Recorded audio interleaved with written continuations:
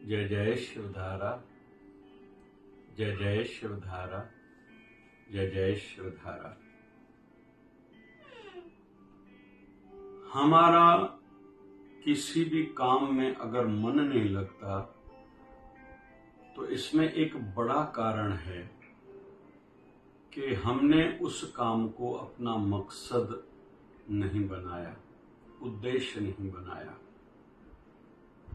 क्योंकि हम जिस भी काम को उद्देश्य से जोड़ते हैं उसमें हमारा मन लगता है, थकान नहीं होती, बोरियत नहीं होती, उस समय हम टाइम नहीं देखते, करते जाते हैं। जैसे पुरुष लोग अलग अलग काम से बाजार में जाते हैं, मतलब पैसा कमाने के लिए। तो कोई कहता है मैं आलू बेच रहा हूं, कोई कहता है मैं कपड़ा बेच रहा हूं, कोई कहता है मैं शूज बेच रहा हूं आदि। लेकिन कहीं तो भी बिंदु रहेगा, मुख्य बिंदु रहेगा, मैं पैसे कमाने के लिए जा रहा हूं। और पैसे के पीछे अगर कोई काम है, जैसे मुझे अपनी बेटी का एडमिशन कराना है, अपने बेटे को विदेश भेजना है, फॉरेन भेजना है, मुझे कार लेनी है, मुझे घर बनाना है, तो उद्देश्य जब सामने होगा, मकसद सामने होगा ना, तो ये नहीं देखेगा कि आज मेरा धंधा क्यों कम हुआ, वो दिमाग इस पर लगाएगा मेरा धंधा कैसे बढ़े। स्टूडेंट्स हो जिनके मन में एक बात आ गई ना, मुझे डॉक्टर बनना है, इंजीनियर बनना है, सीए करना है, एमबीए करनी है, मुझे फॉरेन जाना है, मुझे कुछ खास बनना है, फिर वो ये नहीं देखेगा कि दूसरे पढ़ाई कर रहे हैं या नहीं कर रहे तो मैं भी नहीं करूंगा। आज लाइट नहीं थी, आज मूड नहीं था, आज दूसरे बच्चे घूमने के लिए गए थे फ्रेंड्स, तो वो नहीं जाएगा घूमने के लिए, नहीं पिकनिक पर नहीं जाएगा, टाइम वेस्ट नहीं करेगा, बर्बाद नहीं करेगा, वो नपातुला आगे बढ़ेगा, सोच समझकर हर कार्य करेगा, टाइम का कदर करेगा। क्यों? क्योंकि उसके मन में एक बात आ गई है कि मुझे विदेश जाना है, फॉरेन जाना है, मुझे बाहर से डिग्री लानी है। वैसे हर क्षेत्र में जिस गृहिणी के मन में आया मुझे सभी घर वालों के दिल में अपने लिए एक विशेष जगह, स्थान बनाना है, प्यार पाना है, आशीर्वाद पाना है, वो होम में अपने घर में ऐसा कुछ वातावरण बनाएगी, ऐसी रोटी बनाएगी कि उस माता को पूरे घर का प्यार, आशीर्वाद मिल जाए। साधना में अक्सर साधक लोग कहते मन नहीं लगता, ध्यान नहीं टिकता, सत्संग में बैठने को ज्यादा समय तक थकान हो जाती है, मन थक जाता है, शरीर थक जाता है, सेवा में रुचि नहीं है, दान करने के दिल नहीं करती है। इसके पीछे क्यों? क्योंकि उन्होंने अपने जीवन का ध्येय, लक्ष्य, मकसद प्रभु प्राप्ति नहीं बनाया है। जिनके मन में एक बार आ गया कि मेरे जीवन का ध्येय प्रभु प्राप्ति है, उससे कोई कहे या न कहे वो साधना में बैठेगा ही, मन लगे या न लगे वो ध्यान में बैठेगा ही। मुझे अपने गुरुवर की कृपा चाहिए और साधना में मन लगने के लिए आवश्यक है सेवा करना, वो सेवा करेगा ही। मेरा धन शुद्ध हो, आने वाली आपदाएं, विपदाएं, तकलीफें टल जाए, इसलिए दान करेगा ही। धन शुद्ध हो, धन होगा शुद्ध तो उससे घर में अन्न भी आएगा शुद्ध, और शुद्ध होगा अन्न तो मन में बनेगा शुद्ध। ये ध्यान रखिएगा। उससे किसी को कहने की जरूरत नहीं पड़ेगी कि भैया दान करने से केवल नाम नहीं कमाया जाता कि मेरा संसार में नाम हो। ये यहाँ के लिए तो चलो है ही है, लेकिन वहां के लिए आपकी पूंजी है। दान आपके साथ चलेगा, खाया पिया अंग लगेगा, दान किया संग चलेगा, जो बच गया उसको जंग लगेगा। इस हिसाब से हम लोग जब तक कारण नहीं ढूंढते, उद्देश्य नहीं है, मकसद नहीं है, हम किसी भी काम में मन नहीं लगा सकते।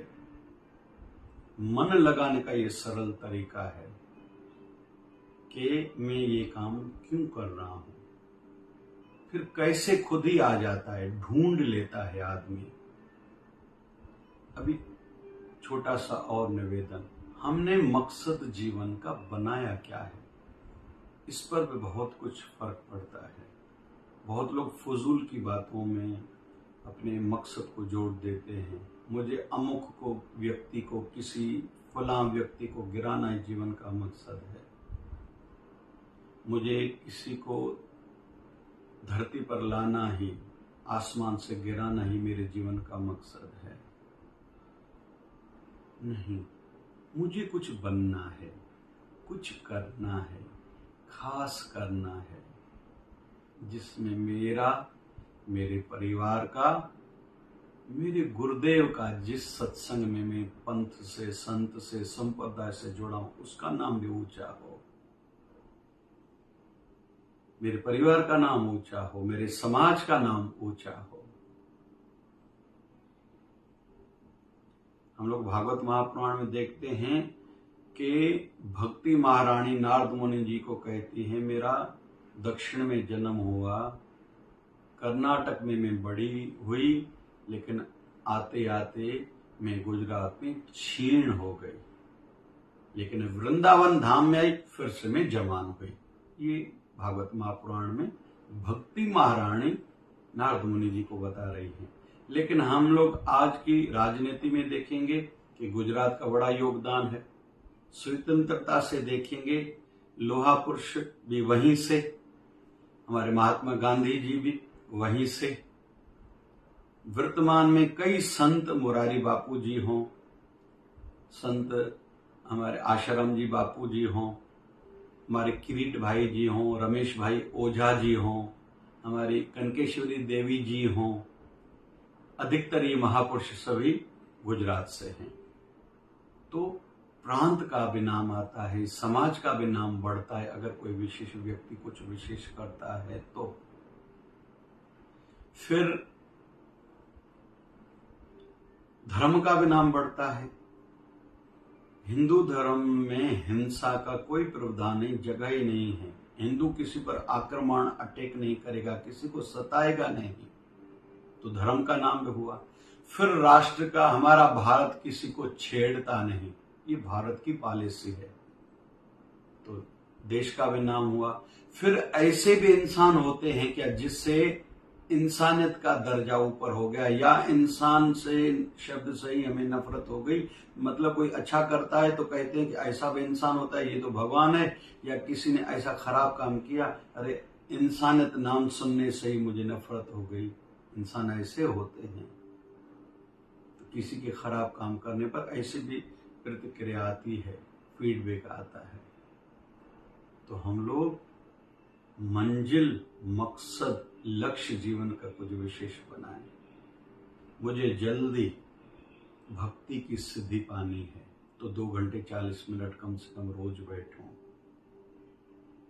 ध्यान और भजन मेरा खंडित होता है ज्यादा दुनिया को देखने से, मैं नहीं देखूं, ज्यादा शादियों में, बाजारों में नहीं जाऊं, अमर्यादित कुछ दृश्य टीवी, मोबाइल में, कंप्यूटर में न देखूं, अश्लील कुछ सुनूं नहीं, ऐसे लोगों से मिलूं नहीं, दोस्ती नहीं बढ़ाऊं, क्योंकि मेरा जीवन का ध्येय है, मकसद है, फिक्स है। कौन सा? मेरी भक्ति की सिद्धि चाहिए। मुझे एकांत में ज्यादा रहना है, फिर भक्ति बढ़ाने के लिए प्रार्थना करनी है, भक्ति की सिद्धि हो, अपने गुरुदेव के सामने रोना है। 1008 सदगुरु स्वामी शिव भजन जी महाराज हमारे गुरुदेव जब इस साधना में बैठते थे, आंखें बंद रहती थी, फिर सत्संग में रहते थे तो आंखों से पानी बहता रहता था, गर्दन नीचे रहती थी, कई कई घंटे साधना में लीन रहते थे। जो सिद्ध महापुरुष हैं, किसी ने बाबा जी को उड़ते हुए देखा, किसी ने एक ही समय पे कई जगहों पर लोगों के दुख दूर करे दर्शन देते रहते थे, सिद्ध पुरुष थे, लेकिन फिर भी कहते थे परमात्मा की जो कृपा आज है वो बनी रहे, वो कभी भी कहते नहीं थे मैं खुद कुछ बन गया हूं, हो गया, मेरा सिद्धि प्राप्त हो गई, जबकि सिद्ध पुरुष थे। क्योंकि उनको अपना ध्येय याद है। वो संसार के किसी भी वस्तु या व्यक्ति में, परिस्थिति में अटकना, उलझना नहीं चाहते। वैसे ही हर क्षेत्र में हम ध्येय बनाएं कि मेरे जीवन का ध्येय क्या है। 10,000 बार बोलते हैं बल्ब का आविष्कार करने बैठे, नहीं हो रहा था, लेकिन लक्ष्य था, मुझे बल्ब का आविष्कार करना है। थॉमस एडिसन, उसने कर लिया। कितना नहीं फेलियर, इतना 10,000 बार, एक भी जीवन में शायद हम लोग उदाहरण दूसरा नहीं सुनेंगे, लेकिन उनका ध्येय फिक्स था। हमारे जितने भी स्वतंत्रता सेनानी थे, भगत सिंह का उद्देश्य था असेंबली में बम फोड़ के अंग्रेजों के दिल में डर पैदा करना। चाहते तो भाग सकते थे, पीछे से ऐसा विकल्प था, दरवाजा था, नहीं भागे। उद्देश्य पर उनका ध्यान था। मेरा मकसद क्या है? दूसरों भारतीयों के मन में भाव जगाना, उत्साह जगाना, अंग्रेजों के मन में डर जगाना, और ऐसा हुआ। उद्देश्य जब होता है ना, तो इंसान काम अलग प्रकार से करेगा, सोचेगा अलग ढंग से, शिकायत नहीं करेगा, थकेगा नहीं, बहाने नहीं बनाएगा, करता जाएगा।